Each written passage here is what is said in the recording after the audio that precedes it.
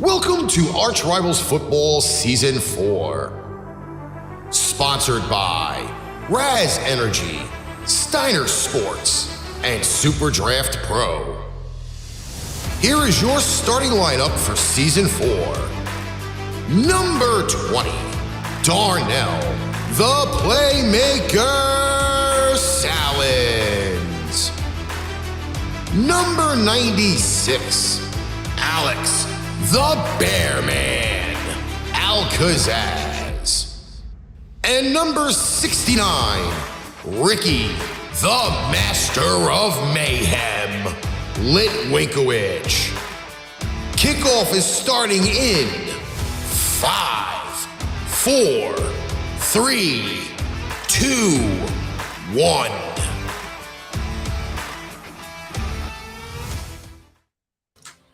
Ladies and gentlemen, welcome to ArchRivals Football Season 4. I am here on my birthday doing the show for you guys because NFL is done. We got done with Week 9. We got to preview Week 10. We also got to recap all this stuff and what took place and news out of Indianapolis and all this other good stuff. So, I'm here. I'm not alone. I have my co-host with me, the man out there in Dallas, out there representing the Cowboys out in Texas, coming off their bye week and getting ready for a big game in Lambeau Field on Sunday for America's Game of the Week. The Bear Man himself, Al-Kazzaz. You could just say I'm in the Dallas-Fort Worth area, and if anybody needs further clarification, I'm on the Fort Worth side. Either way, your team was on the bye week, so you can't trash them this week. Well, I didn't exactly trash them last week either. No, you was trying to. No, as a matter of fact, I don't know if I told you this, but Cowboy fans were giving me hell because I praised Justin Fields. Do you know why I praised Justin Fields? I'm pretty sure you're going to praise him again when we get to that game too. So, because Justin Fields, with his brilliant running work, he made the Cowboys defense look soft. He fooled it single-handedly numerous times. Justin Fields deserves credit for that game. But since if those Cowboy fans can't understand that, why bother? Why not even bother? But anyway, why do you bother there while I'm sharing out the show? Because sometimes you got to give them that well-educated journalism perspective to see if they can learn from it. But in most cases, it's quite useless. Where are they learning from? The likes of Ricky gets what I'm saying. I'm sure Mr. John Misak feels this exact same way. I'm sure you've been in that boat too. Sometimes it's just not even worth the effort. What boat? The boat of trying to explain to certain fans of a certain situation, but they just don't get it. Either they don't want to get it, or they're just, At this point in time, they ain't gonna have no choice because what's going on with us. When Thursday get here, it's not going to be pretty, shall I say. So, let's jump right into it, shall we? Starting off with Thursday Night Football, we had the lone unbeaten team in the league, the Philadelphia Eagles. Shout out to Eric Wilson, James Tatum, Cooper Kane, all the other Eagle fans that I haven't named yet. They came out struggling in the first half, but it was dominant in the second half, beating the Houston Texans 29-17. Bearman, do you recall anything from Thursday night? Well, we had a game after halftime, and then then the Eagles just said, "Oh, enough's enough." That was Thursday Night Football, ladies and gentlemen. Moving right along to Sunday. Head to the ATL because the LA Chargers coming up there by a week without their two receivers of Keenan Allen and Mike Williams. They was in the 30 South to take on who was the once upon a time leaders of the NFC South, the Atlanta Falcons. But after jumping out to a 10-0 lead, the Chargers came back and outscored the Falcons 20-7 to win the game 20-17. The Chargers got a needed win, and the Falcons let one slip away there, man. Wasn't the play where the Chargers fumbled and then the Falcons player recovered, but then he fumbled and the Chargers got the ball back? I'm pretty sure that happened. Yeah, well, I hate to bring it up because I'm sure that particular play must have drove your sister insane. She'll be all right. By the way, she's been she's been going crazy because it's my birthday. That woman is like the best sister ever in the world.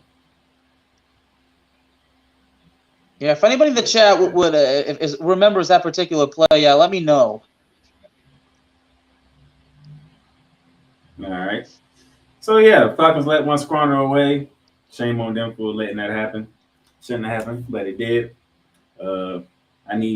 Got to give the people some numbers here. So, do you have Marcus Mariota's numbers? Yes, I do, as a matter of fact. 12 for 23, 129 yards. Justin Herbert, 30 for 43, 245, a touchdown and a pick. Shout out to Jordan Palmer stepping in for both receivers that were down. We talking about 8 catches for 106 yards. Well, 8 catches, yeah. I mean, stepped in for the challenge and delivered. I mean, you know what? He got the opportunity of a lifetime. He made the most of it. So the Chargers better keep him around because, you know, never know when they're going to need him. At this point, you might as well use him. If he's motivated and focused, that's what you need. It's about positive vibes. Yeah.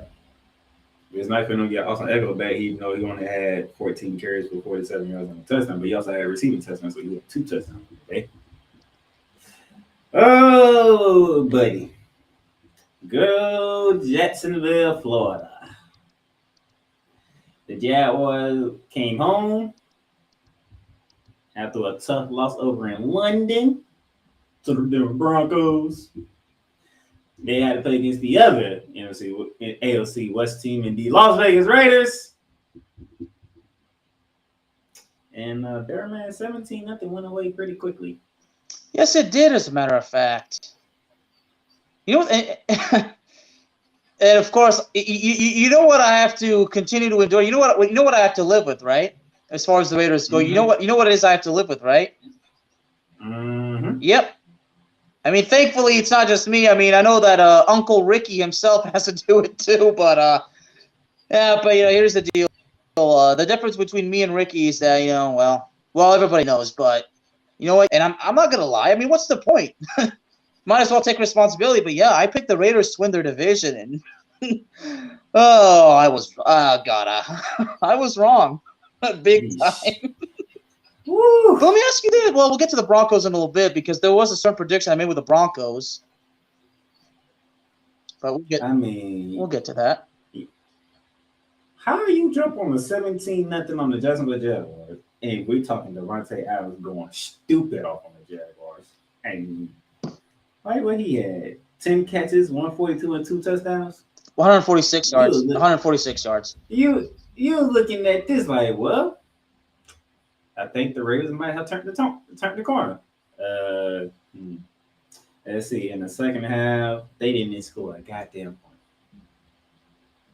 Jacksonville outscored them 17-0 in the second half after being down 20-10 at halftime.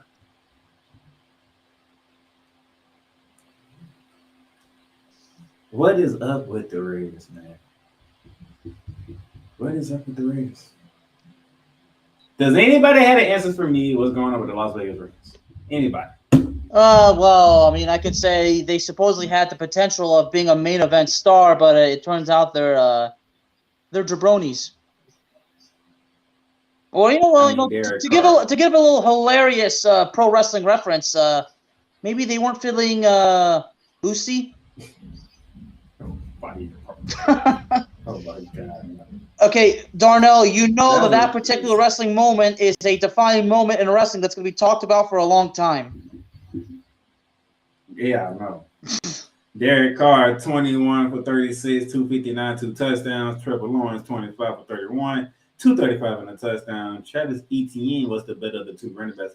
This is hard to believe when it comes to Josh Jacobs. Josh Jacobs, 17 carries, 67 yards. Travis Etienne for the Jaguars, 28 carries, 109 yards, and 2 rushing touchdowns. Admit it, by the way, you laughed when you saw that segment when Sami Zayn said that. You were laughing. Hell, everybody was laughing. Even the tribal chief himself. So the Jaguars moved to 3-6. The Raiders dropped to 2-6. That's just hard to say. 2-6. Ouch. And then we go from the AFC South back to the NFC South because the Carolina Panthers took the trip up north to face off with the Cincinnati Bengals, and not 1, not 2, not 3, not 4, but 5. And you know what the blessing is for me is that Mixon was on my Mixon's on my starting lineup. Joe Mixon scores 5 touchdowns.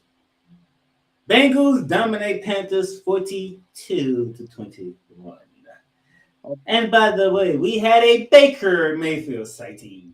Did Baker didn't start this game, did he?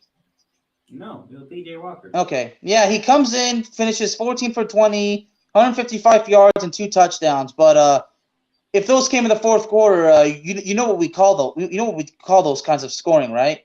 We call those garbage time stats. Of course, because Joe Mixon. Well, I get Joe Mixon a little later. Joe Burrow, 22 for 28, 206, 1 touchdown. T. Higgins led the receiving corps with 7 catches, 60 yards. So they got him a win without their main star, Jamar Chase, albeit the Carolina Panthers. But, you got to play your schedule, right? Yep. You got to play in front of you. And speaking of playing who's in front of you, let's go to the Motor City. Let's go to Detroit, Michigan. Mind everybody, Mixon scored 4 on the running game. He caught another. I was going to get to that later on. There's a reason why I didn't say his stats. Oh, right. But speaking of Detroit, Michigan, Ford Field, NFC North battle. I guess somebody don't own the Detroit Lions because you want to do the counting again? Do I want to do what again? You want to do the counting again? Because this man had, I believe, let's see, not 1, not 2, but 3 interceptions. Yeah. I'm not talking about Jared Goff. Oh, I know you're not talking about Jared Goff.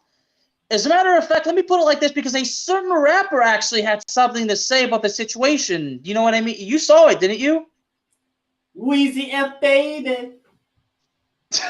I mean, Lil Wayne had definitely some harsh words, but I'm not going to say it out here. I would strongly encourage you to look it up. If you want to know, then you got to go see it. You got to see it for yourself, if you will. But yeah, 1 touchdown, 3 interceptions, and it's very, very rare that the Detroit Lions even pick up wins against Green Bay. Is it not? I mean, isn't this something you probably see maybe once every 2 seasons or so? I mean, especially that way, 15-9. We ain't talking about any type of interceptions. We're talking interceptions and scoring territory interceptions.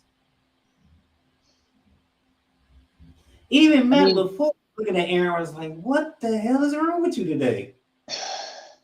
Okay, this is why I always bring up the question, because when I ask these questions, I need people to really answer me in the most sophisticated and serious way. What is wrong with the Green Bay Packers? Is it the coaching? Is Aaron Rodgers just old and washed up? Is it because there's no motivation, there's no drive, there's no passion? I mean, what the heck's going on? I mean, just, to quote the famous Vince Lombardi, what the hell's going on out here? You know what Ryan Clark did? What? Ryan Clark referenced Jay-Z. The Green Bay Packers got 99 problems, and their quarterback is one of them. Well, that's another noble way of doing it. Aaron, how he threw a floating duck right to Aiden Hutchinson.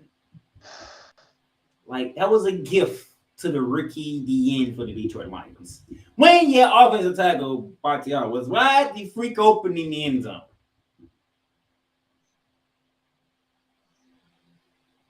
And that was on that fourth down play, was it not? Yeah. Now tell me this: what does Stephen A. Smith always call Aaron Rodgers? What? Oh, the bad man. He just bad this year. He is terrible. I mean, good Lord. You can't fault the receivers on this. You can't fault the running game on this. You can't even fault the defense on this. Defense only give up 15 damn points. Aaron Rodgers threw 3 ugly picks to the Lions. 3. This is bad. This is very bad. So, hey, gotta continue moving on because everybody's already asking me, how do I feel about Dallas going in the game against Green Bay? He'll get to you on that later on this week. Yeah, we'll get to that. Oh, Sam Mellinger. I think, Bearman, you got some kind words. You got some encouraging words for Sam Mellinger because he went to Foxborough and he got the Foxborough welcome like most rookie quarterbacks do when they go up there. Or first year starting quarterbacks do when they go up there. 9 sacks. Oh, my gosh. Bill Belichick does what he does best to those type of quarterbacks. He just... Well, speaking of the Indianapolis Colts, they fired their head coach. Yeah, we're going to get to that. You ready for this? Sam Mellinger. 15 for 29. 103 interception. Leading rusher, too. 5 carries for 39 yards. They ain't having a run game, but Jonathan Taylor didn't play.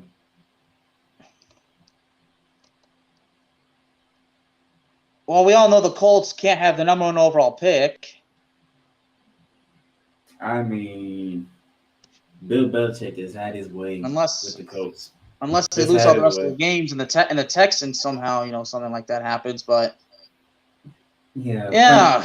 Frank Ward deserved to get fired after this. That was ugly. That was pure adultery. This game itself, I mean, both teams, like with the total yards, New England with 203 total yards and Indianapolis with 121. And 43 passing yards for the Indianapolis Colts. 0 for 14 on third down. Yeah, it was ugly. It was downright ugly. Oh my gosh, my Colts fans, I feel your pain. It just went down here. Frank Wright gets fired. Jeff Saturday's new is the interim head coach, surprisingly. I was going to ask you, is this part of the game plan? Are we going to talk about that? Because I do have actually something to say about that. Go ahead, because I'm trying to figure out. Hey, don't get me wrong. I love Jeff Saturday on Gale. He's a very entertaining person. How in the hell he got the interim coaching job when you already had?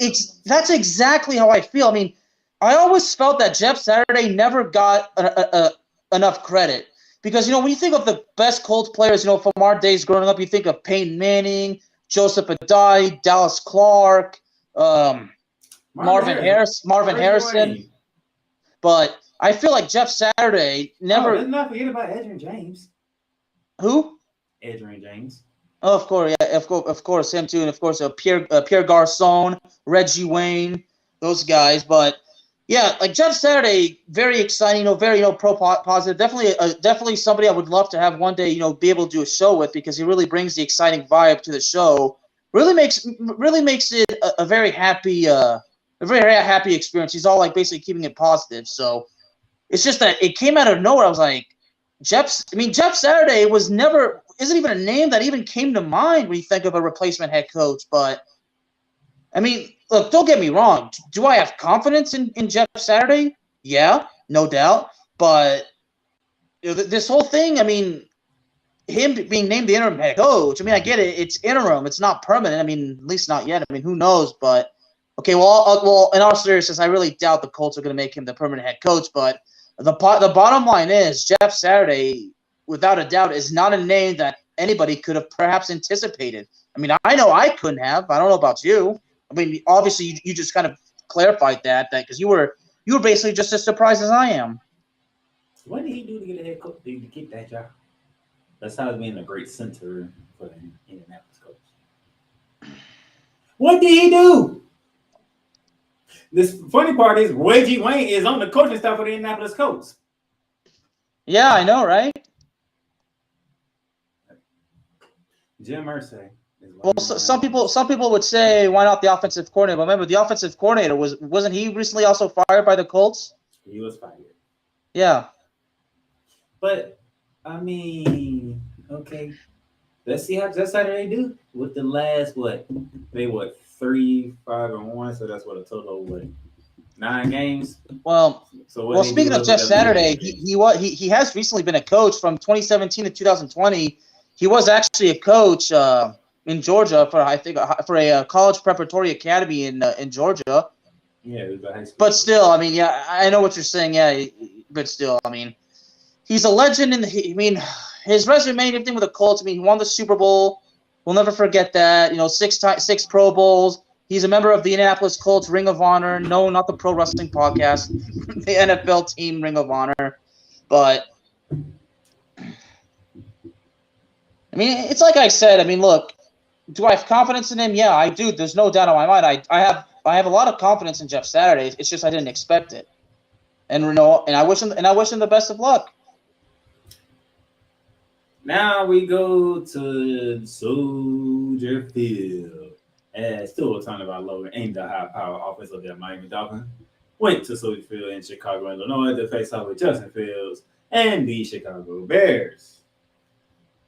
Back and forth affair between these two. Miami scored. Chicago responds until it got to the point where the Bears ran out of gas and couldn't respond good enough to overtake the Miami Dolphins. 35-32. The Dolphins win this one.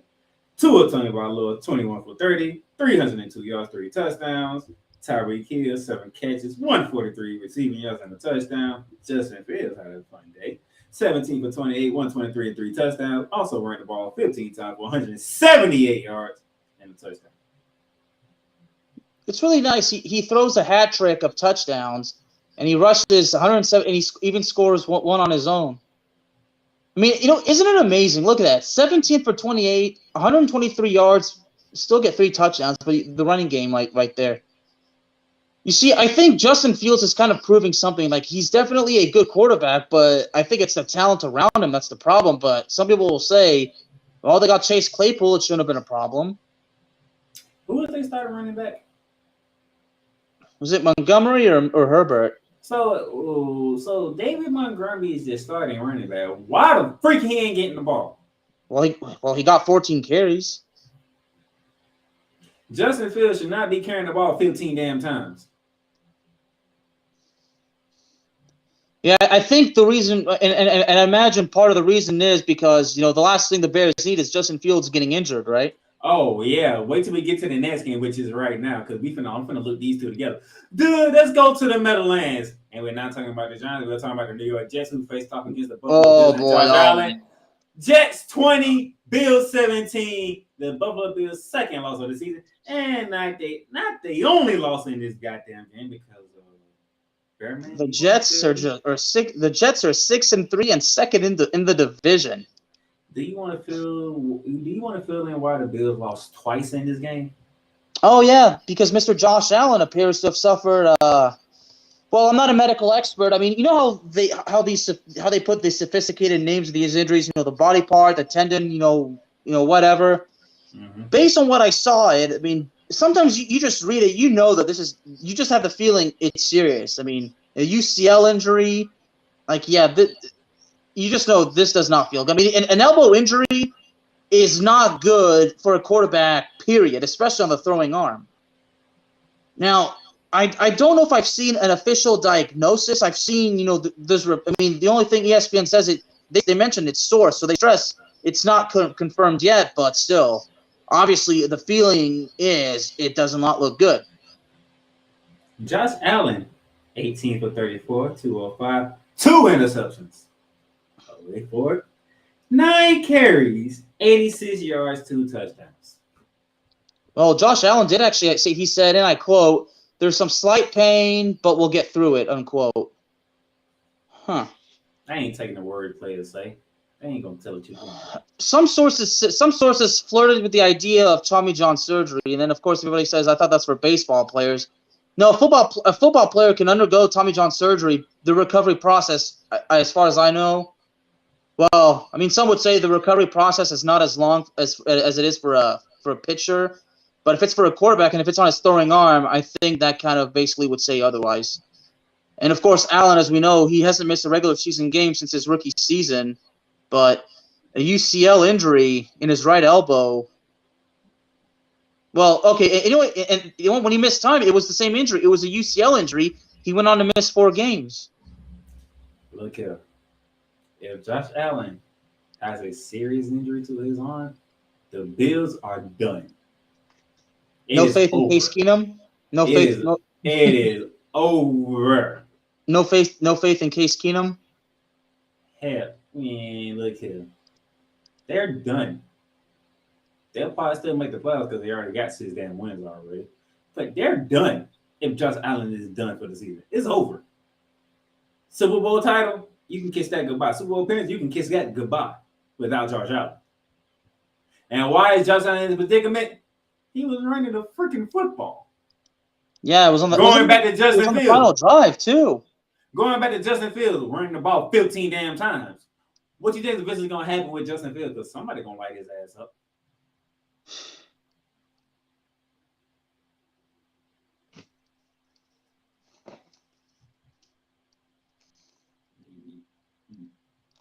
Y'all better pay attention. If you notice, the quarterbacks who have been winning Super Bowls, who won the Super Bowl last year? That would be Matthew Stafford. Oh, yeah. Who won the Super Bowl before that? That would be Thomas Edward Brady. Yeah, Tom Brady. Who won it before that? Oh, that would be Patrick Mahomes. Yeah. And before that, it was Tom Brady as well. Do I need to keep going? Do you see a theme here? Yeah. Quarterbacks who don't run the ball that damn much. Patrick Mahomes can run, but he ain't trying to run. What Patrick Mahomes want to do is buy time, so he throw the ball down the goddamn field. Now, he would run if he have to. Are you going to see Patrick Mahomes running the ball 9 times in the game, Bearman? I would sincerely hope not. At least not on long plays. Now, if it's like a 1-yard touchdown run, then. But don't make no sense. And then we go down to the nation's capital, Landover, Maryland. It was the Washington Commanders taking on the Minnesota Vikings in a game which the Commanders could have stolen from the Minnesota Vikings, but they simply couldn't do it. Leaving Kirk Cousins beat his former team 20-17. Kirk Cousins 22 for 40, 265, 2 touchdowns and an interception. Dalvin Cook 17 carries, 47 yards. Justin Jefferson 7 catches, 115, and he finally got in the goddamn end zone. You like that? Taylor Heineke 15 for 28, 149, 2 touchdowns and a pick. Curtis Samuel had one of those touchdowns on 3 catches for 65 yards. Commanders, y'all let one get away. Y'all had a chance to have a big win on your resume, even though you just not college football in the NFL. But you let the Vikings go to 7-1 while y'all dropped to 4-5. I mean, 13 points scored in the fourth quarter by Minnesota. And then we get to our afternoon slate, but there's only 2 games, both featuring the NFC West teams. Seattle Seahawks took the trip to the site of Super Bowl 57, Glendale, Arizona, as they took on Kyler Murray, Arizona Cardinals. You thought this was a game at first, and then Seattle decided to pull away towards the end, defeating the Cardinals 31-21. Geno Smith, 26 for 34, 275, 2 touchdowns and a pick. Kyler Murray on the other side, 25 for 35, 175, 2 touchdowns. Kenneth Walker had the running attack down pat, 26 carries, 109 yards, 2 touchdowns. Guess who's the leading rusher for the Arizona Cardinals? There, man. Let's take a guess. Let's take a while. Oh, that was used to Kyler Murray. 8 carries for 60 yards. Mm-hmm. As far as Geno Smith goes, You know, He's still in right back. All those people that gave me crap for actually saying give him a chance to prove himself, because they say the same thing. He had his chance last season. He didn't do well. Okay, yeah, but this time he goes in as the starter. Okay, this time it's a different situation. And Geno Smith has done. He still hasn't rolled back yet. What? He still hasn't rolled back to his numbers yet. Yeah, and Geno Smith is doing good. The leading NFC West team, the Seattle Seahawks, 6-3. Reverse the record, and you have the Arizona Cardinals 3-6. And speaking of team in the NFC West who has won only 3 games, that would be one Super Bowl defending champion, Los Angeles Rams. They was in a familiar place and against a familiar team down in South Florida against the GOAT that is Tom Brady and the Tampa Bay Buccaneers. Man, I'm gonna let you finish this off because if I continue on, Man, if it's the Cowboys, okay, hey, no, you got to do it, dude. This, it's you. This is on you, dude. Just know when Ramley Talk get here, I'm going the effing off on Ramley Talk Thursday. The Rams running game is still. I'm going flapping off because I'm gonna go off on Michael Irvin from what he said on First Take yesterday. I'm gonna go off on Sean McVay. I'm gonna go off on Matthew Stafford. I'm gonna go off on everybody that ain't on the damn defense.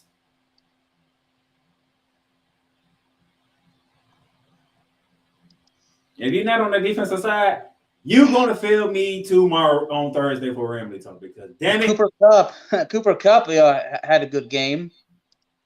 This is ridiculous. Tom Brady threw the ball 58 times. This is freaking ridiculous of what took place in South Florida.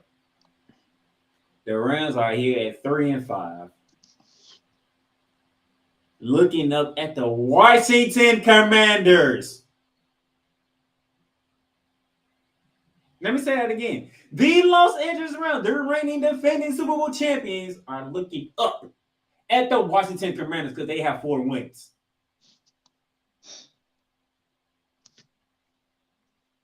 This is completely unacceptable. Preach, brother, preach. You gave Tom Brady another damn crack at the goddamn mouth, and guess what he did with it?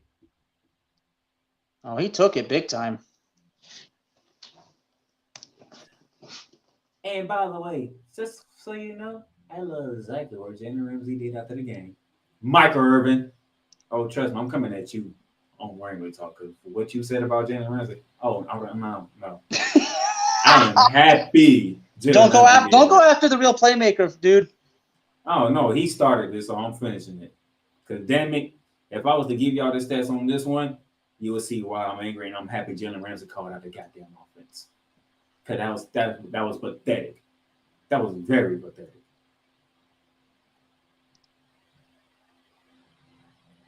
Sunday Night Football. Malik Willis got his second consecutive start during his rookie season because Ryan Tannehill couldn't go.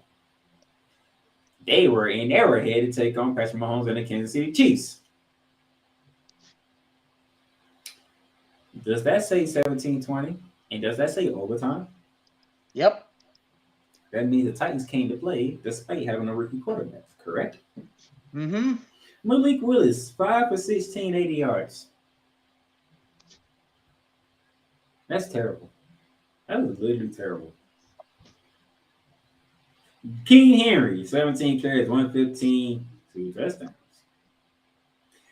Patrick Mahomes. Is that all we have at this point? Yeah, pretty much. 43 out of 68 passes, 446 yards, a touchdown, and a pick. But he was also the leading rusher because he had 6 carries for 63 yards and a touchdown. And look, and he threw the ball 68 times. 68 times. Oh, boy. The Kansas City are 6-2 on the season. The Titans are 5-3 on the season. Both teams leading their division. And neither quarterback and neither team looked impressive. It just so happened Kansas City got a dude named Patrick Mahomes. That's just better than everybody else on the field. Outside of Derrick Henry. And then we get to last night, Monday Night Football. Down in the Big Easy, the season Superdome, as the New Orleans Saints were hosting the Baltimore Ravens. The lone game that me and Bearman split on, and the Saints didn't bring that match that they had against the Raiders to the Ravens. Because that defense that wasn't a good day. Ravens, it wasn't a good day for you because you picked the Saints. Because the defense of the Baltimore Ravens looked like the defense of the Baltimore Ravens. Yeah, well, specifically in the secondary. Andy Dalton, 19 for 29, 210, the touchdown and the pick. Alvin Kamara, 9 carries for 30 yards. Roquan Smith actually played. He's the reason why Alvin Kamara didn't go no goddamn well. Every time he got the ball, goddamn Roquan Smith was right there. Alvin Kamara, 9 carries for 30 yards. Now, you see here, Lamar Jackson, 12 passes completed out of 22 attempted, 133 and a touchdown. Guess who was the leader rusher, though? It wasn't Lamar Jackson. It was Kenyon Drake. 24 carries, 93 yards, and 2 touchdowns. You see? Baltimore says, you're not running as much as you used to because we need to protect your ass. Get the ball to Kenyon Drake. You see what happens when you invest in the running game? You see what happens? Lamar Jackson's numbers pathetic. Let's call it what it is. It's pathetic, correct? That is pathetic. 133? Oh, no doubt. 12 for 22, 133 yards, yeah. That is pathetic. But you had a running game. And what does a running game do for a quarterback there, man? Well, it depends. Is the running game effective or not?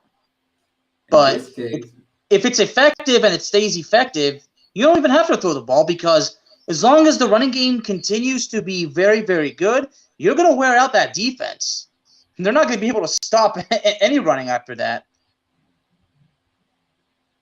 Lamar Jackson didn't need to run. He did run. I mean, he did. He had some carries, 11 carries for 82 yards. But guess what? He was getting out of bounds. He got what he needed to get his ass out of bounds. Hey, Kenyon Drake can take these hits. Which was bouncing off of him. The last thing the Ravens need is Lamar Jackson getting hurt.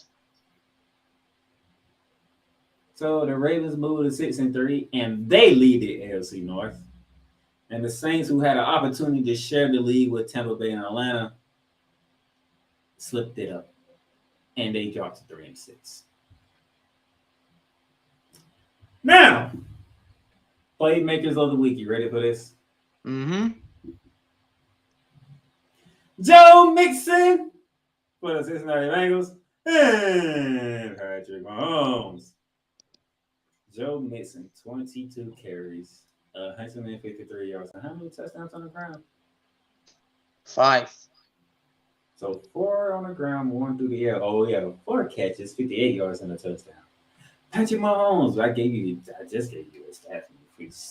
If you didn't catch it, here it is. 43 out of 68, 446 yards, a touchdown, and a pick. Oh, but he ran the ball 6 times for 63 yards and a touchdown. When he was getting 10 yards of carry on the Titans defense. I just started to realize that. He got 10 yards of carry on the Titans defense. When's the last time anybody got 10 yards of carry on the Titans defense? Feels like it's been forever. Playmakers of the week. One is a running back, one's a quarterback, and you can't deny it because look at them damn numbers. Nope. All right, the standings go like this. The 1 game difference went to Bearman, which he took a shade off my league, but it's still up there at 7, which is still like a good ways to go. But we still got 9 more weeks to go. Well, you know, 3 straight weeks with 9 wins. That's good. So that is what it is. So we're going to take a break right here. When we come back, we're going to preview Thursday Night Football, which should be a doozy because we have an NFC South showdown on Thursday Night Football. Paint Train Pipe Bomb Productions and the Playmakers blog are now both partnered with Fanatics. Fanatics is now your new home for all fan merchandise. From the MLB, the NFL, the NBA, the NHL, MLS, NASCAR, WWE, international soccer leagues, and golf. Check out the links below for everyday deals on fanatics.com.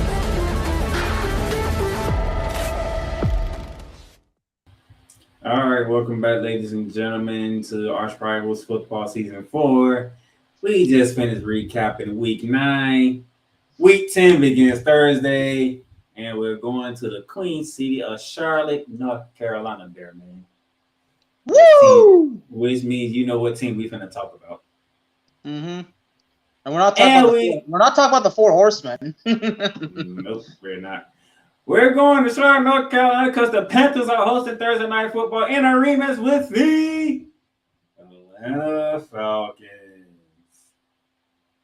Didn't we just have the? It feels like we just had the match. Week 8 down in the ATL. Overtime victory for Atlanta Falcons, 37-34, because DJ Moore decided to take off his helmet after catching the game-tying touchdown, which made the field goal even longer than it was supposed to be with the kicker. Missed it. That same kicker had an opportunity in overtime. He missed that kick, but that was more shorter than this one that he tried to win the game. He missed that one in Young Way Cool for the Atlanta Falcons. Kicked the game-winning field goal through. That was 2 weeks ago, and we're right back here again. This time at Bank of American Stadium in Charlotte, North Carolina. Here is the rematch. And before I let Bearman go on this one, just to give you some stats to get you started, Bearman.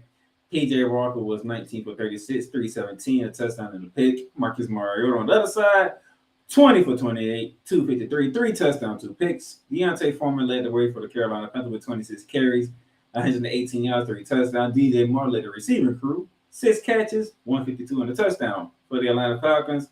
Huntley led the way for the running game, 16 carries, 91 yards. Kyle Pitts had 5 catches, 80 yards, and a touchdown there, man. Round 2. Falcons, Panthers. I'd imagine Baker is coming in as the starter.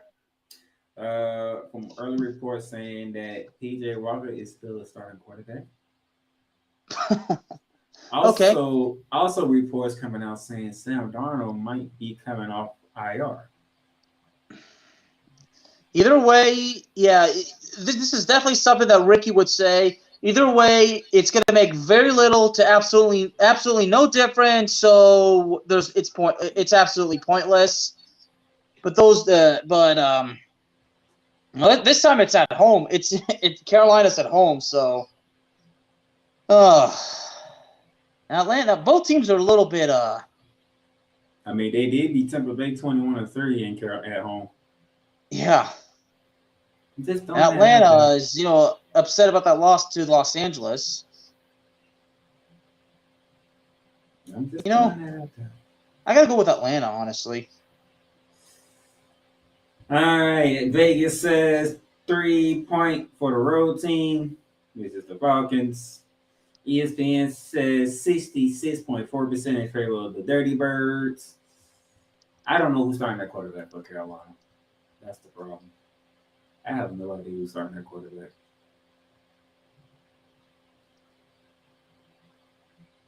But I got a feeling this is going to be a very entertaining game to watch for Al Michaels and Kirk Herbstreit, because after what took place in Atlanta, which is still fresh in the minds of both teams, Carolina might come out to try to prove something like, y'all got away with it because of a stupid penalty by DJ Moore.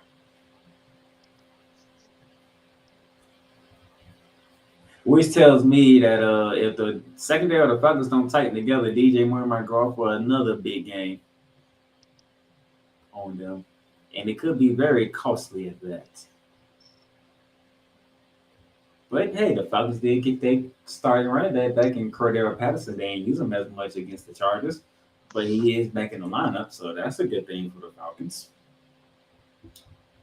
I don't know. Y'all gonna have to wait until I make the post for Thursday night's pick to see where I'm going. He's going Falcons. He's not giving the Panthers no chance. No, I didn't say the Panthers have no chance. I'm just going with the Falcons. So I don't know yet. I might have to flip a coin on this one. You got a quarter on you? I might have to flip a coin on this one. This. Oof. And that's gonna be done off camera, right? Yeah, gonna be done off camera, that's for sure. Because I sure got to think on this one. It's gonna be done backstage. This one gonna be a little tricky, okay? This ain't like everybody pick the Eagles to beat the damn Texans, okay? This ain't one of them games. This is a NFC South Division rivalry game, and the Falcons know they got away with one, and the Panthers know it. And I'm pretty sure they still steaming off that. Part of the reason why they got their ass whooped by the Cincinnati Bengals the way they did, despite not having Jamar Chase. So they got that on top of that as well. So somebody got to fill these paws of the Panthers. Why not be the Dirty Bros who will escape at home against you? The problem is with the Panthers, we don't know who's going to be starting. But like I said, our buddy Ricky would say it's not going to make a difference anyway. The way this season is going, anything's possible right now. Yeah. As you say, any given Sunday, right? That's been definitely the Jets beating the Bills, Green Bay getting beat by the Lions, the Falcons boat racing the 49ers a few weeks back. I mean, there's some games you look at, you're like, how in the hell did this happen? Oh, by speaking of Green Bay, the Jets, didn't the Jets go to Lambeau Field and beat Green Bay? Oh yeah, that's right, 27-10. The way this season is going, every game Sunday is like the real definition right now of this season. So, any parting words for the people of Betterman? I don't know, but just wish you once again a very happy birthday. And I'm sure you saw the message from my social media team on the Bear of Texas podcast Twitter. Yes, I did. I appreciate it. Yep, and that was in fact under my orders. Appreciate it. I'm pretty sure one of them, felt like saying, I wonder what it's like to deal with Alex. I'm like, enough. The better question is, they need to ask you what's like to do with me and Ricky. But hey, tomorrow, ladies and gentlemen, bear down the gridiron. The rankings have came out. I have them listed and ready. I have the game set, and I know you can't wait. You're basically pacing like a lion. You just want to break through the gate. You just want to get that. You just want to get to that. I think Bearman's gonna like where TCU and Texas are ranked at in this latest poll. Well, here's a little preview because I'm gonna basically express a bit of concern the fact that UT is favored. And I know why. And I understand why, too. Because it's in Austin? Nope. And by the way, y'all said TCU was being disrespected because they was ranked 7 in the initial poll. Well, they are higher than 7. And guess what? They have Big Noon coming there. They have College Game Day coming there. And they are the game of the week. So... As a matter of fact, I've already kind of described the atmosphere of this game. It's going to be a Ric Flair Harley Race old school wrestling classic. So y'all get ready for tomorrow because Bearman's in a pickle. Yeah, of course, everybody asks me, wait, who's who? Who's Ric Flair and who's Harley Race? So Bearman's in a pickle when it comes to tomorrow's game talk. We'll see what he says and we'll see what I say. So until then, that is the Bearman. I am the Playmaker. We are signing out for tonight. We'll catch y'all tomorrow. You've just experienced ArchRivals Football Season 4. Click that like button and subscribe so you'll be notified when a new Arch episode is live on the air. Check out our sponsor links down below for everyday deals on Fanatics, NFLshop.com, and Points.com. Need merch? Check out www.paintrainpipebomb.threadless.com for quality merch at amazing prices. Tune in again next time for ArchRivals Football Season